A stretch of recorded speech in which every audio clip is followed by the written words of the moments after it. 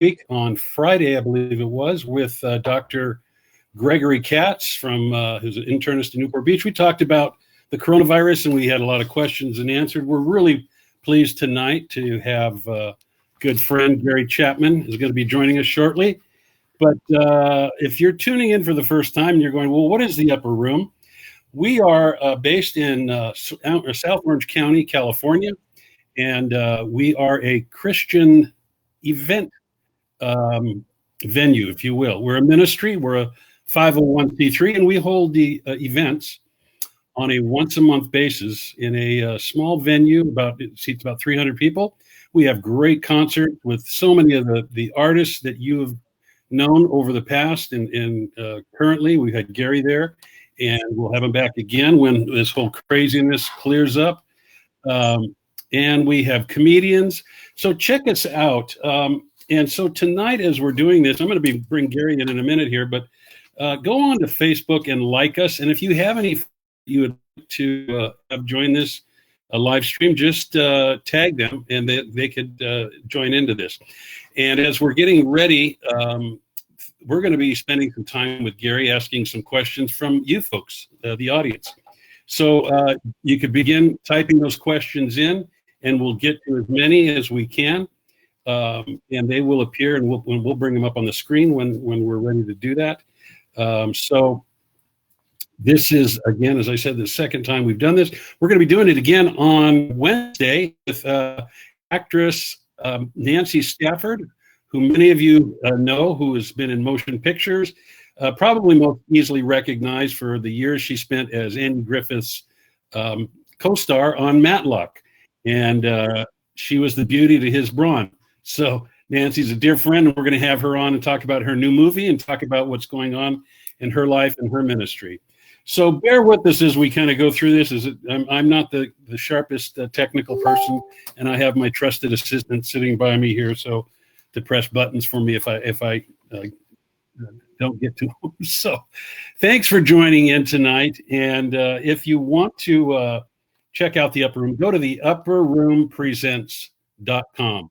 theupperroompresents.com, and you'll find out about what we're doing. Of course, we're not doing anything right now with this coronavirus, but we will be doing some events as soon as we get the green light to gather again. And I hope you guys are all doing well out there as you're sheltering in place. All these new terms we're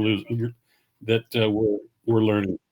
So anyway, I'm going to bring on Gary here in a second. But one of the things I've been noticing is not noticing, but that when I go back and look at Gary, I said, what an incredible career Gary has had. And so I'm going to bring him in. Gary Chapman, I'm going to bring him in. Let me see here. I'm going to be able to touch this here. And Gary, are you there? Oh, hold on. We got a little countdown. There he is. Welcome, Gary Chapman. What's up? Not much. How are you, Gary? From Nashville, Tennessee. Or Franklin. I guess you're in Franklin. That's okay. Nobody knows. Yeah, I know. Well, you have to be, right. Franklin is a different part of Nashville, but that's where you live. So, hey, Gary, thanks for doing this. Absolutely. How are you guys doing with the sheltering in place? Aside from sheltering in place, we're doing great. Well, what is behind that? You should try it with a special needs 6-year-old. That's no. We're really having a good time, actually. Are you?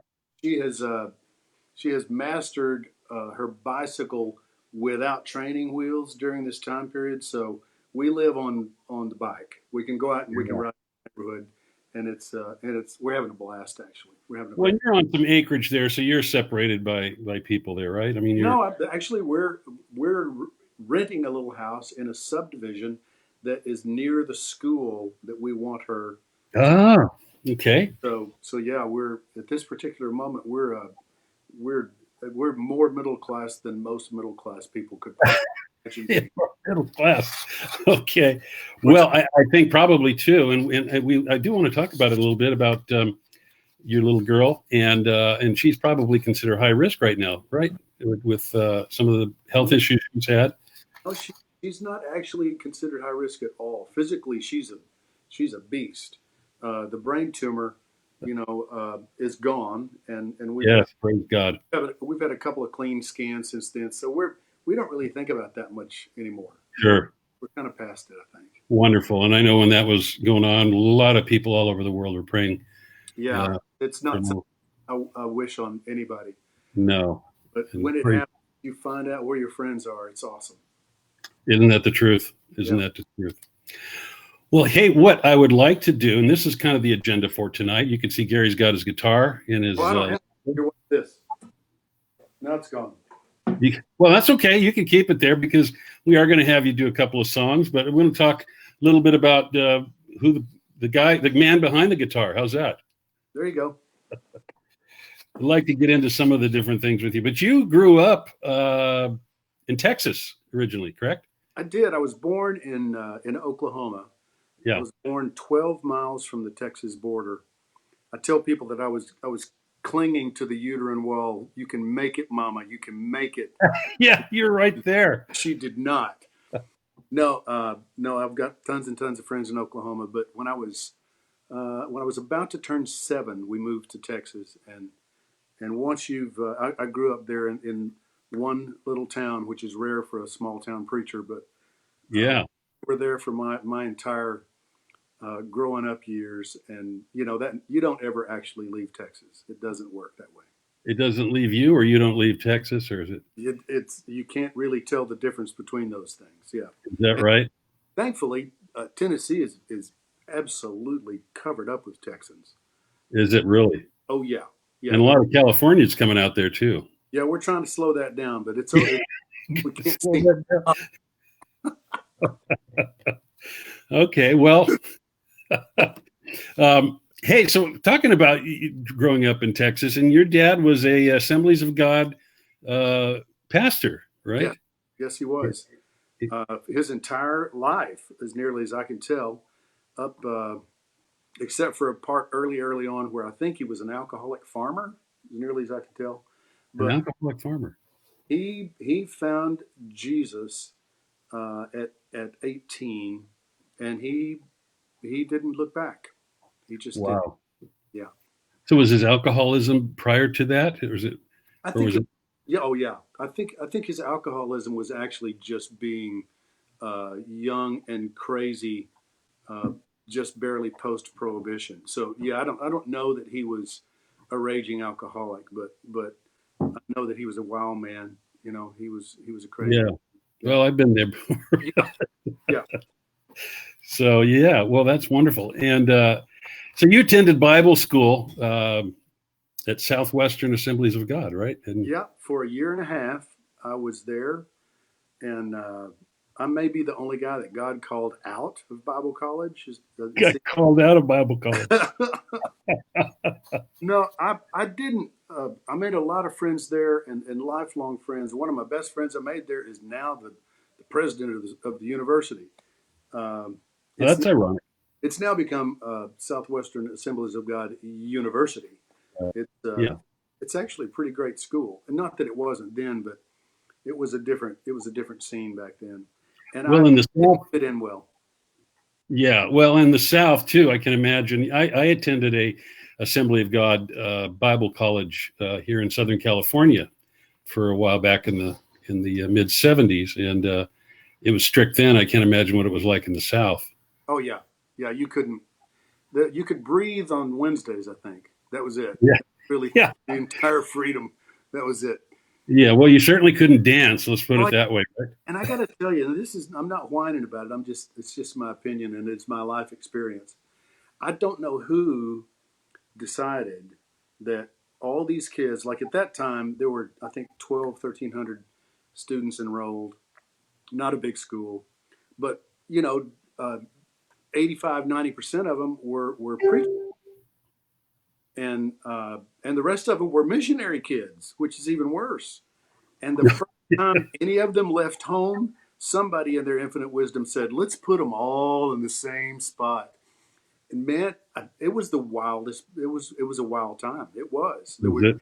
everybody was had lived in varying degrees of repression, as preachers' kids are prone to do, and they all got there and went crazy. It was it was pretty nuts. Yeah. Well, that's a pretty common story. Yeah. The pastor's kids do have a hard time, I think, sometimes with that. And so, yeah. So that you played in some music bands during college and high school, Yep. uh, and then you got a call from the Rambos to come and play. Is that Yeah. That's very close to accurate. I actually got I first came to Nashville with a group called the Downings. I don't know if you remember them or not. the Downings? Yeah, yeah. Um, a buddy of mine, he pastors a church, I think in New Mexico somewhere now.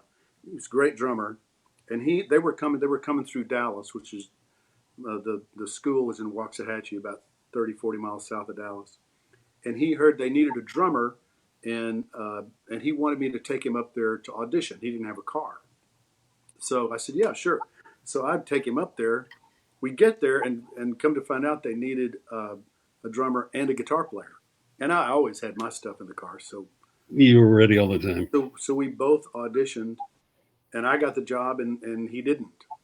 So That they wanted interesting. me to get on the bus that night, and I was like, yeah, no, I have clothes and stuff. So I went back and got out of school and just left, just drove to Nashville. And I was there for about 3 months. And it's a very long story how that 3 months ended, but let it suffice to say, I had a rude awakening into the dark underbelly of the music business. Oh At, yeah, at the time, the lead singer in that band was a raging alcoholic, is that right? and it was horrible. And he did get his life redeemed later. But my dad came to see us play about 3 months after I got started. He drove up from Texas to check on me, and um, we did the show. It was at Belmont University in Nashville, and we just went for a walk around the campus after the show. And he said, "So you doing okay?" And I was like, "Yeah, yeah, yeah, I'm doing fine." And he just knows me too well. We've always been very close. Yeah, And he said, "No, no, you're not. What's going on?" And I all right through it. just broke down and told him the whole thing. And the guy was actually physically abusive to his wife. Mm. That's what I was getting on the bus after the show. I'd get on the bus, and that was occurring. And I, growing up the way that I grew up, my only response to that is to whip his butt, because Yeah, that's just not acceptable. Unfortunately, he was my boss, and he was about 6'6", so it was isn't going to work. it didn't work out. So anyway, I left and went back to Waxahachie, re-enrolled in school, and then just about a week before classes were to start for the fall semester, I got a call from a fellow named David Huntsinger, still a dear friend, still a great musician in this town. We had done 3 or 4 shows with the Rambos while I was with the Downings, so I'd gotten to know that band, and they were just an incredibly tight, incredible band, really strong, and they needed a guitar player. Uh, and I was like, oh, okay. And so I left again, and I never came back after that. Wow, and that's when you settled in Nashville. Yep, yeah. What year was that, approximately? 1977, the second time. Yeah. So the big break for you, or maybe it wasn't the big break, but the thing that pretty much shot you into uh, notoriety was the writing of the song for Amy Grant, his father's eyes, Right. in '79. Yep. I was Yeah, with Rambo's for about a year and a half. I was making, as I recall, $175 a show, which was ridiculous money at the time. yeah, that's good money for them. I'm sharing a 1 bedroom apartment with 3 other guys, and none of us are ever there because we're all on the road, and we're working, 3 or 4 or 5 nights a week, and so I was killing it. Yeah, And that's when I started writing songs. Dottie Rambo, uh, she's in heaven now, and I can't wait to see her. Uh, she was just, I don't know if you know her or not, but just I don't legendary. know her personally, but I know who she is. Oh, brilliant, brilliant, brilliant. Maybe the best songwriter in that era by far, in my. Yeah, And she just took me under wing. She saw something in me, and I started writing and listening to her. And every now and then I'd play her something, on the bus going down the road, and she'd tell me what she liked, what she didn't like, kind of critique it, help me. And I played her a song going down the road one day after about a year and a half almost. It was shortly before I left. Um, I played her a song, and she was, for the first time, she didn't have anything to say. She just said, "Well, honey, that's a good song. That's a good song. Why don't you do that in the concert tonight?" And I Oh, was wow. okay. And I didn't think she was serious, but she called me up. I did it. At the end of the song, it was just me and acoustic guitar. At the end of the song, the crowd was just, those, there's the standing ovation where like one or two people stand up, hey, that was good. And then it's kind of a slow collective decision. Yeah. And then there's popcorn where everybody just goes. And it was popcorn. And Just, she never asked me to sing again. she So didn't. no, You stole the limelight, huh? honestly, I was grateful because that's kind of what made me go, okay, this is what I got to do. That song, it didn't get cut till probably a year or more later, but that song was Father's Eyes. So was that before you were married to Amy? Oh my, yeah, yeah. Okay, so um, And we married in '82. in '82. So how did Amy get a hold of that song? I believe, I'm pretty sure my publisher, Randy Cox, took that to her. Randy's, Because that was her stratosphere, her launch to the stratosphere as well, right? Brought her into notoriety. it was definitely the launching pad. Yes. Yeah, yeah, And then I went on to, write lots of stuff, but yeah, that's a long, long story. yeah. Well, it is, and I just, and I did talk to you about this before, and because, and we'll go there just briefly, and the only reason is because, but because there's a good ending to this story. And I think there's a lot of people out there that maybe didn't know that you were married to Amy Grant at one point, and for I think 18 years, you have 3 children together, Yep. and I think you got a lot of bad press. I think maybe both of you got a lot of bad press about that. A lot of stuff was going around at the time, and what I loved is the story you told me when you came out here, and how there's been reconciliation and so forth between that. Do you want to talk about that at all, or Well, um, Ron, you know me. I don't. you At don't this shy away from anything? at this point in my life, I've the death of my father Yeah, sealed something up for me. It was always kind of brewing in me, but when you get to a certain age, you just stop giving a rip, right? that's That's right. why old guys wear black socks on the beach. That's right. And then when you get near death, that whole thing just accentuates. It's amazing. Yeah, Nothing matters except seeing Jesus' face if you're a believer. yeah, And and I watched him walk that out, and I just decided to go ahead and go there. So I don't care what anybody thinks about anything. So I don't say that with pride. I understand. Just the way I live my life. Yeah, So it's tough to pare it down, but I'll try because I know we can't be here all night long. We were married for 17 years, I think, 17, 18. I don't know. 5 years before we divorced, she came to me and said that she had given her heart to another man and that she didn't love me anymore.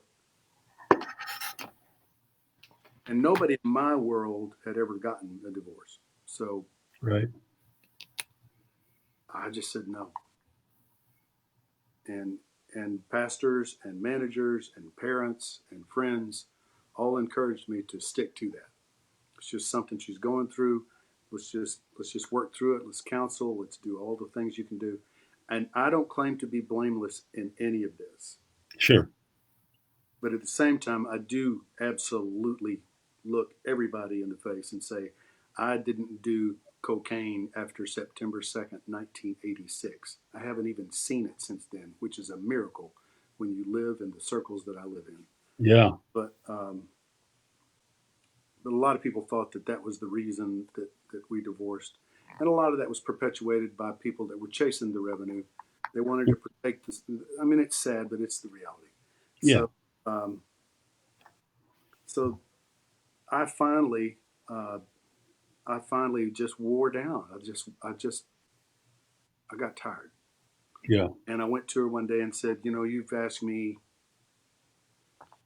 3 times in the past month or so for a divorce, and you know my answer. And you need to know the next time you ask me, it's going to be a different answer. Wow. And she asked me the next day. And so that was that. We didn't fight over anything. We simply divided our life by two, and that was that. And and it was incredibly wounding to me. I took, you know, Yeah. I had pretty much given the to that point my adult life to that that relationship, Sure. that career path for me even. Um, and it just gutted me. It did. It really did. And especially all the crap that got said, which was. Yeah. But again, I was too tired. I was too tired to even really fight back. I'd put something every now and then like an idiot. I'd respond to something some fool said on the internet, and just basically say, "Come on, do the math. Wake up. Don't be an idiot." But I was stupid to even do that. It was a mistake. But I was just mad. I was just angry, and that's a horrible, horrible thing. And anybody that lives very long knows what I'm talking about, because it may Right. be that circumstance, but something in your life is going to really make you mad. It's going to really give you an opportunity to be bitter. And I took it. And about a year or so after we divorced, uh, bless her heart and to her credit, Amy came to me and said, "I'm sorry. Please forgive me. I know Wow. I hurt you terribly." And I did. We had 3 little kids at that time. Thank God they're all grown up and amazing. Um, but I said, "Yeah, I did." And I meant it. Because you don't stop loving somebody. You can Yeah. try, but you're not going to pull it off. Right. You can fake it, you can lie. You don't, I mean, if you really love somebody, you don't, I don't know how to stop. Yeah. Um, it changes, but you don't stop. Right. I did not have the same experience with Vince. Um, he and I were friends. Shoot, I may have actually introduced him. But I justified my unforgiveness with the what I now know completely irrelevant fact that he had never asked me for it. Yeah. Just stupid, Hmm. just stupid pride. And about, oh my gosh, it's probably been 4 years ago now. Hmm. Um, and I don't say this lightly. I don't say it often because I hate I hate people that over spiritualize, but at the same time I realize it's all spiritual. But because I run in in circles that people don't speak a lot of churchese, I'm a little bit repelled when somebody says God told me. Yeah. Um, but I'm telling you, God told me. Just out of the blue, driving down the road one day, God just said, "Man, you've got to forgive him." And I was just shocked. I was like, "Seriously?" He said, "Yeah, you do." And I said, "Okay, I'll do it, but I don't know how. I can't I can't fake it. I can't manipulate it. I can't set it up. I've always been really good at reading a room and seeing what needed to happen in that room to go where I thought it needed to go. It's a gift. It's part of what God has given me. It's what lets me get on stage and do what I do with confidence in front of a camera. I'm able to do it. I can do it. It's something I know how to do instinctively. Yeah. And and I just couldn't. It couldn't be that. It had to be organic. It had to be real. And I said, if you'll give me a moment, you set me up. Give me a moment, and I'll do it. It took him about 3 months. I was out at a television studio taping a show for a friend of mine, And I did my deal, and I go back to my dressing room, change clothes, throw my guitar over my shoulder, open my dressing room door, and from me to essentially you in the internet world here, 4 or 5 feet away, whatever it was, there he is. Okay, bear in mind, this has happened probably hundreds of times in the past 20 something years, give or take. It's a very small town. In that sense, it's a very small community. Right. Uh, we'd run into each other at shows and events and parties and family stuff, and we had never talked about it clearly, but we had figured out a plan. We would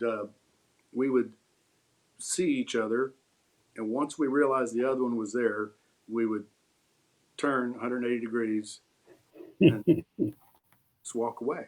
Yeah. And we did it then. Wow. And I got about 20 steps away. And it wouldn't have been more vivid if God had reached down with his fabulous finger and just gone. And the voice, it was just so loud in my head. He said, "You asked me for a moment. What do you think that was?" Mm. I was like, "Yeah, well, you're right about that." So I turned around, I walked back. He was in the dressing room next door to mine. He was taping another show. And I stepped into the open doorway. And when I stepped into the door, he and his longtime manager, another old friend that I hadn't talked to in years, were laughing. And it's Satan's last ditch attempt to shut it down, because in my mind, they're laughing at me. Yeah. He just had just enough time to go back in there. I said, "Man, if you just give me a second, this won't take long. I just need to talk to you." He said, "Okay." We walk around the corner, big, long, wide production hallway, nobody there. I said, "Okay, here's the thing. I don't have any agenda. I don't have a plan. This is not some lame attempt to elicit guilt. I don't have anything. I'm not doing anything, except I know I'm supposed to look you in the eye and tell you that I forgive you." Wow. And he threw his arms around me, weeping for an awkward amount of time. And when he pulled back, he said, "There's nobody on this earth that could say anything to me that matters more than what you just said." Wow. Wow. We're good. We're Yeah. we're beyond good. That's cool. When we hang out at family stuff, he and I just gravitate to each other. We just sit and laugh and talk about everybody. It's just it's amazing here. I don't know if this will translate or not, but it's a great image. Uh, both of my oldest daughters got married within months of each other last year. My oldest daughter, Millie, this picture was taken on. She's in the front yard of Amy and Vince's house, taking wedding pictures with the full, all the bridesmaids, everybody's in their dresses and all this stuff. So I'm going to see if I can. Oh, there's you. Yeah, you and Just you a and couple. sitting on the porch, a couple of old hicks sitting there, and That's pretty little much guy. our stance when we get together these days. That's pretty much. That's wonderful. I think that's a wonderful story because, and the reason I did want to bring it up was not to get salacious, but I know No, a lot of information was It's about the that. best story of redemption that I'm aware It of. really is. And there's nothing more beautiful in that moment. And doesn't make me holier. It makes me obedient. In Yeah. that moment, when you forgive somebody, really forgive somebody, you're Jesus. Yeah. Yeah, that's true. You're Jesus. You're doing it. You're on a gut, heart level. You're walking it out. And it's the most rewarding, beautiful thing, and it doesn't go away. It changes you, and it's Yeah. awesome. If you got Because it's out there, not Yeah, it's against our flesh to forgive, really. I mean, it is a spiritual thing. Yeah. So the upside of that story, well, of course, that is the upside of that story, but God has also brought into your life a wonderful, wonderful woman named Cassie Pearsall, who Yep. you've been married to now for how long? 11 years. 11 years. 12 this December. Yeah. So God is good. And tell me a little bit about Cassie. I haven't had a chance to meet her personally yet, but she has some television background, doesn't she? Yeah, she's really good in front of a camera. Here, I'll show you why. Yeah, the picture thing worked better than I thought it would. So here's Cassie and our 6-year-old daughter that I referenced earlier, Eva Rose. Yep. Is Oh, very sweet. that's them. Very pretty. Yeah. And Very pretty. they're in the next room watching a Disney movie or something at this point. Are they? And Yeah. it is just so great, man. It's so great. I'm blessed beyond my imagination. I'm just blessed. Yeah. And so you guys adopted Eva Rose, and how old was she when you adopted her? 0. She was 0. So that you was a pre-adoption. We brought her home from the hospital. Yes. Yeah. Yeah. Yeah. And as you were telling me about her when you were out, and she just seemed like and she was in, we were doing a little test earlier. She got behind you and said hello, and little cutie. She's a trip. She's so. Yeah. They tell us that her brain operates at roughly 100 times the normal speed. Wow. Which is amazing. She's going to change the world. But that also means that on a minutely basis, she's going to be into something. It's amazing. She's so stinking smart. She'll just figure it out. Whatever you're trying to keep from her, she's going to get. That's wonderful. Yeah. That's so good. And well, the time goes by so quickly, and I was wanting to get to some stuff, but boy, we'll breeze through some of this stuff. Sorry, I get verbal. No. This is what you want. It's about you. This is what tonight's about.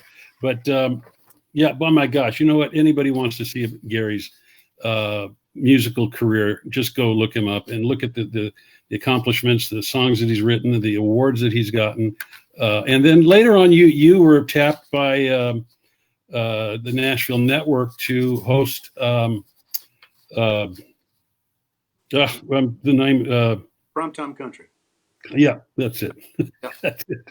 And you did that for how long? I did that for 4.5 years. Yeah.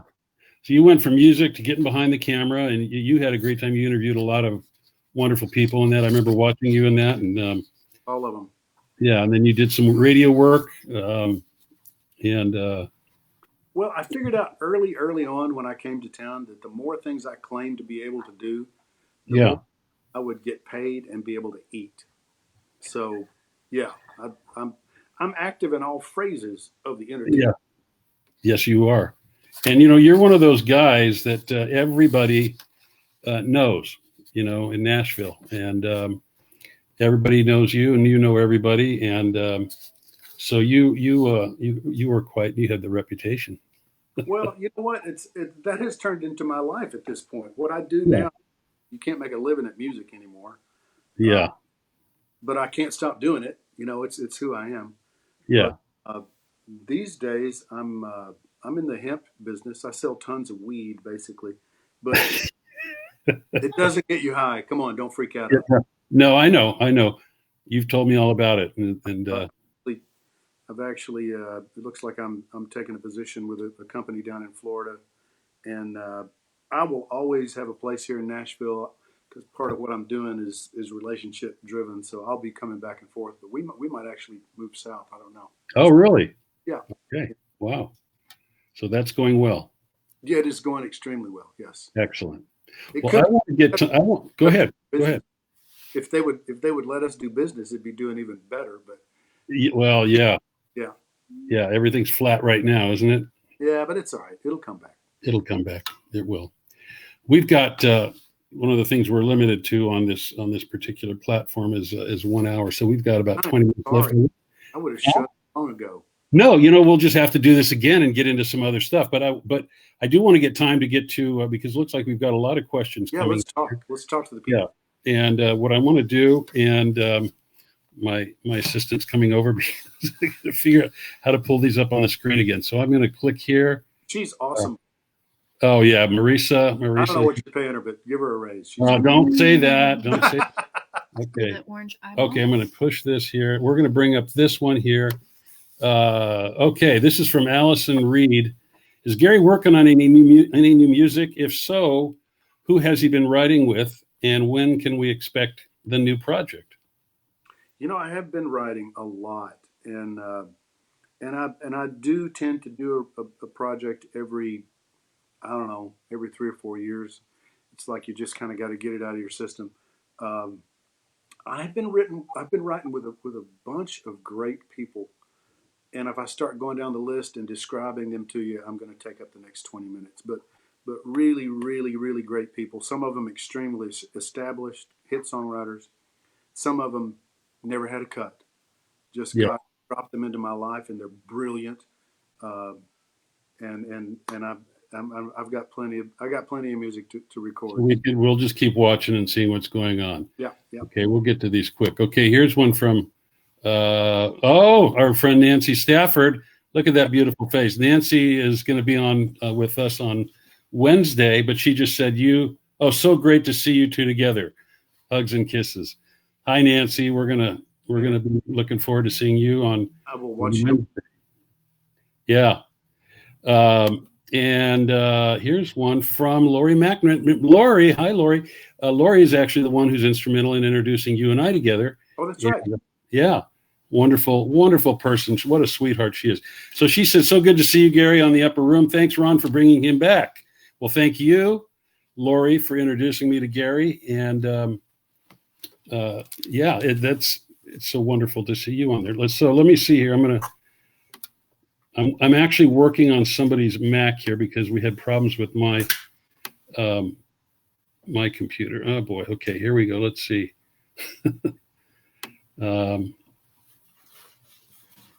Okay. How am I going to go back up here? Let's see. Do you see that faint? Oh, there it is. Okay, now I Very see it. faint. Here we go. Okay. Okay, Dan Ehrlich. Hi, Dan, says, Ron, very cool glasses. Thanks. Somebody told me the other day on the first time we did this, they were too reflected, and I got some new ones today that a guy was able to pull together. They look good. Yeah. Well, thanks. Well, it's hard to dress up this, ugly face, but Here's what you're trying to avoid. oh, that's it. Okay, so let's see here. The moving gods. Let's see. Love this. People talking about this story. Love the story. Allison Reed, love your heart. She is gorgeous. They were talking Gary. Okay, so let's see. Here's one from. This is from Suzanne Fluker. Gary, would you come give a concert in Barstow, California? Yes. You will. Okay. Well, maybe what we could do is we could work that out when you're out at the Upper Room again. Send me in, Coach. And let me just give a plug for you just really quickly. If you're just watching this and you don't know what the Upper Room is, he downplays it. If you are in the business that I've been in for my life and you get a chance to play the Upper Room, you take it because it's going to be an amazing crowd. They're not just, it may be a small crowd relative to some, but they're incredible. They're great, great people. And I think they're attracted there because of that guy. Oh, No, dude, you're amazing. Ron is an amazing guy. He treats everybody like royalty. And it's just the whole staff and everybody. It's really cool. Thank you, Gary. I'll pay you later for saying that. Thank you so much. I'll invoice you. That means a lot. Thank you so much. So, hey, do you think we could maybe hear a song or two? Let's see time. What do we got? Yeah, I think we got some time. New, old, what? What's on your heart? You know what? In light of the content so far tonight. I do have a new one. I wrote this. I wrote this with a What new. I'm going to do is, as you do that, I'm going to click out of it. Go ahead and introduce it. I'm going to click out. So No, I wrote this with you, a new artist, a new songwriter in town. Uh, Rachel Seller's her name, and she's just brilliant. And we sat down, and this song just poured out. And it's like I said earlier, I'm not a guy that's going to tell you, God told me to tell you, right? I'm not that guy yet. Now, if he does that, I will. But so I'm not saying that with this song. What I'm saying with this song is this is what God told me about me. And I think it probably fits a lot of you. It's,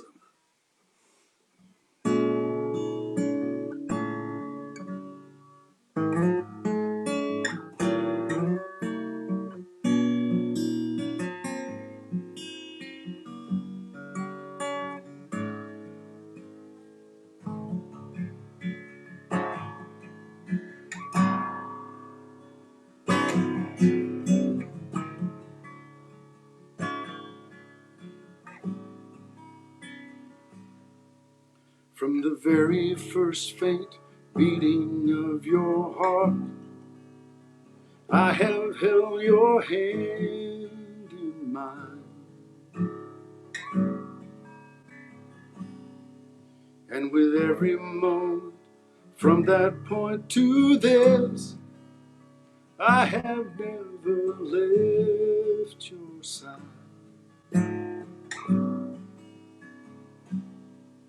Every time you lose your way, there are no words left to pray, I am waiting there for you. Know that I love you, so proud of you. You are the gleam in my heart. And though you can't see it, that does not change it. You are becoming the one I have dreamed you would be from the start.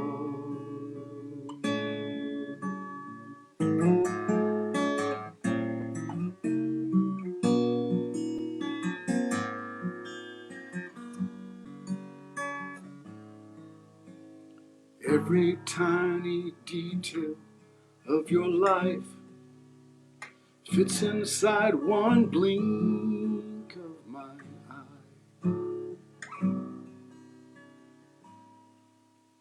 You can't comprehend it all right now, but if you let yourself try, you will find the deepest joy that you can know on earth. When you see my hands, you will see what you are worth. And you'll know that I love you, so proud of you. You are the gleam in my heart. And though I can see it, that does not change it. You are becoming the one I have dreamed you would be from the start.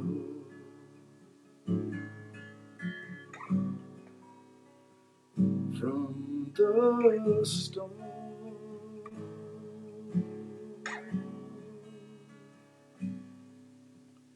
Though you can't see it, that does not change it.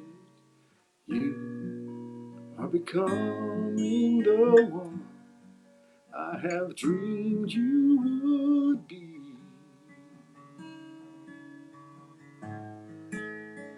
from the start. I've loved you from the start.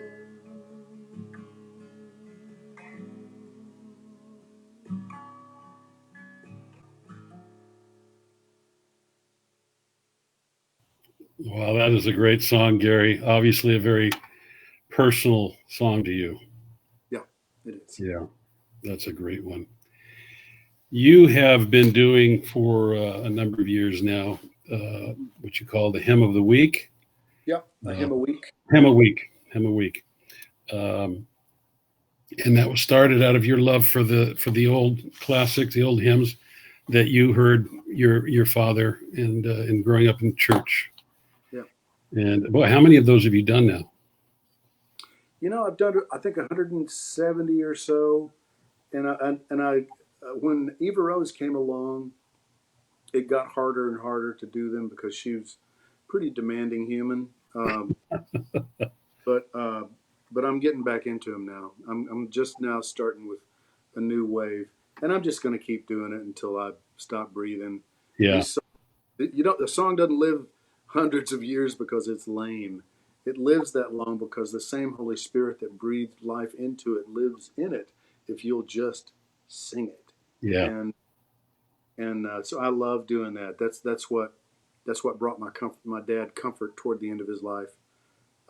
When he entered a hospice, he got all access to all the great drugs, but none of them would. He couldn't do it. It was unlike his idiot son. He'd never ingested anything that altered his consciousness, so it was too weird for him. And the thing that worked for him was me sitting on his bed and playing and singing these songs, and that's what really birthed Hymn a Week.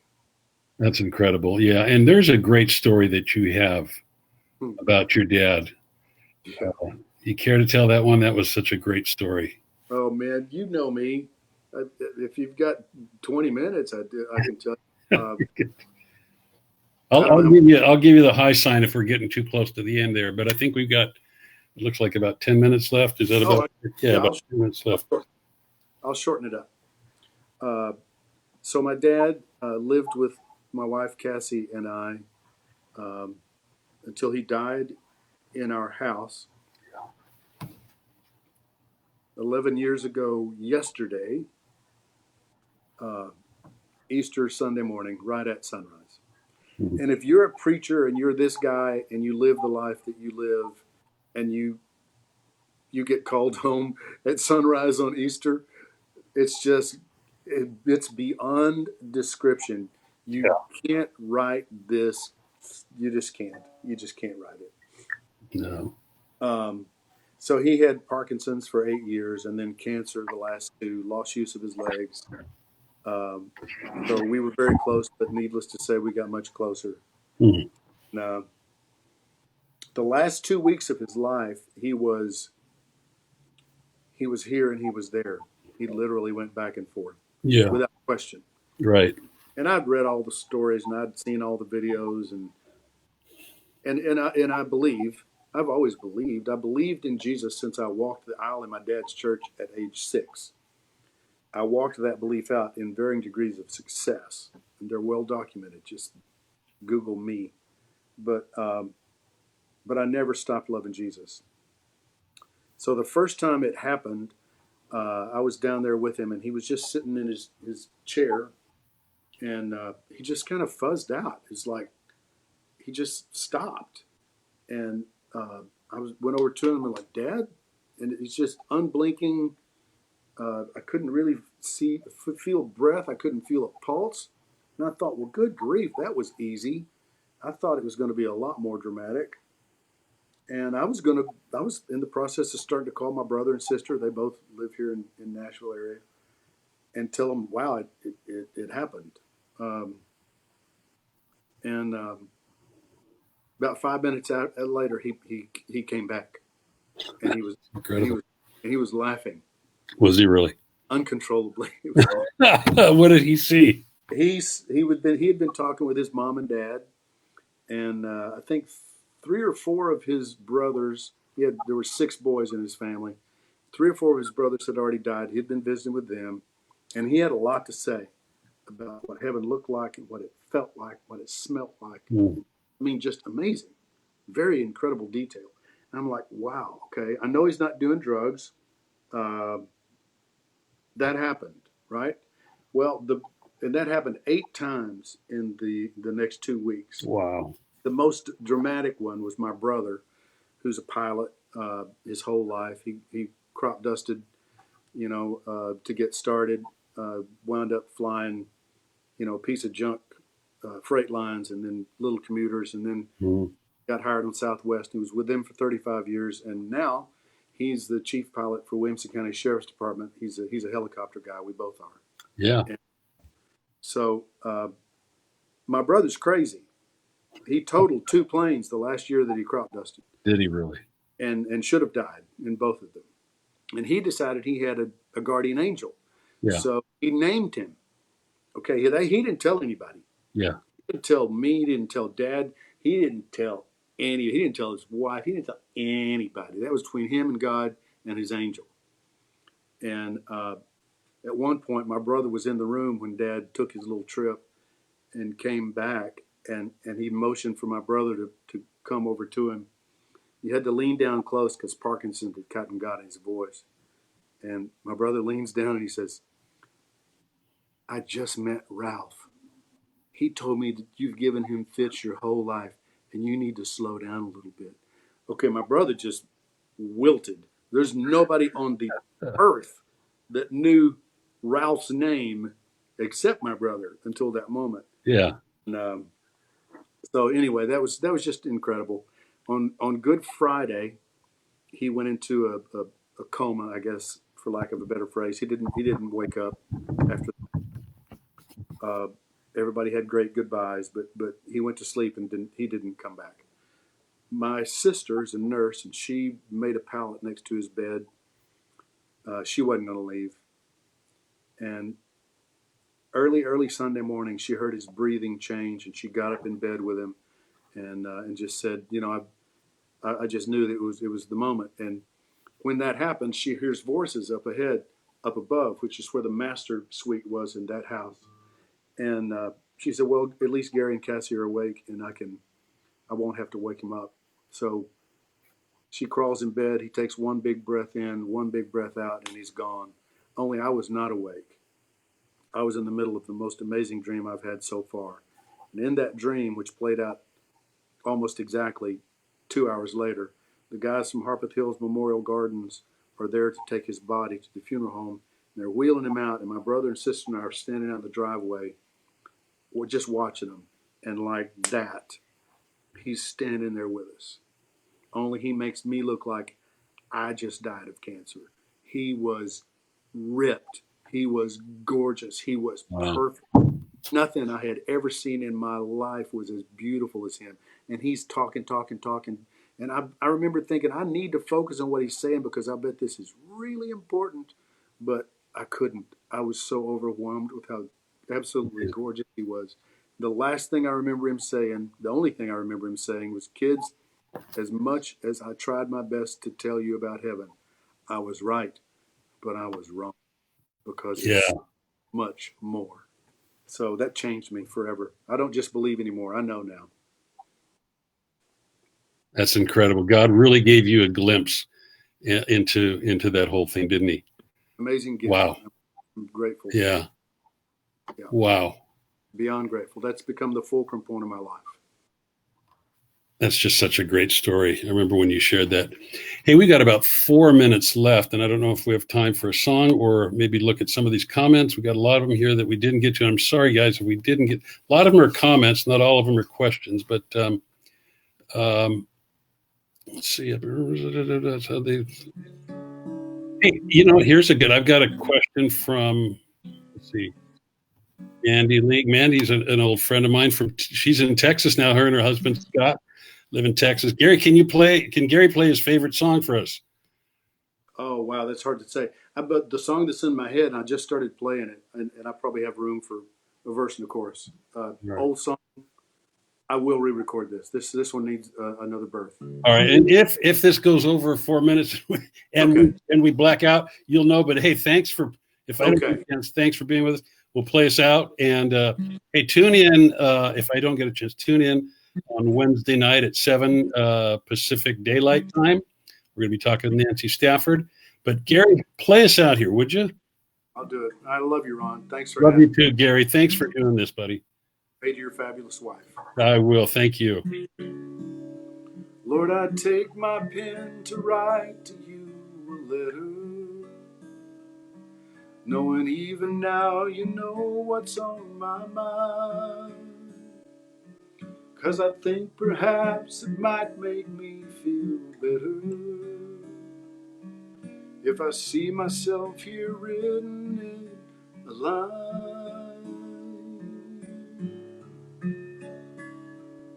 But as I close, I see a phrase I took for granted, and it leaps out as I see it written there. And as the truth of it begins to become planted, these two words have now become my heartfelt prayer. Sincerely yours. Lord, I sign my life to you.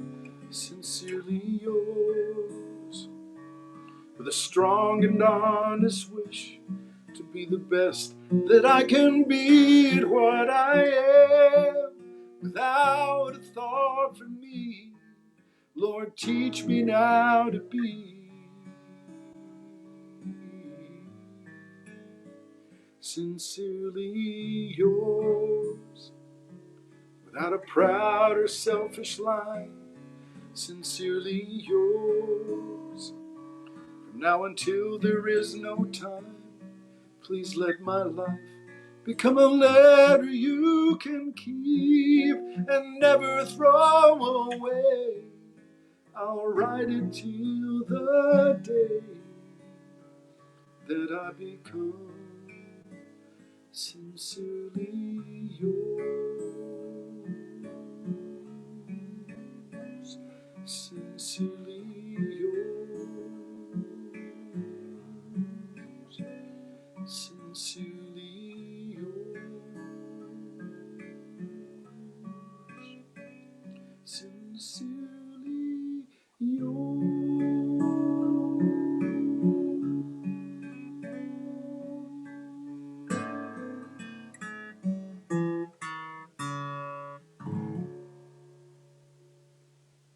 We got that all in, Gary. Wonderful.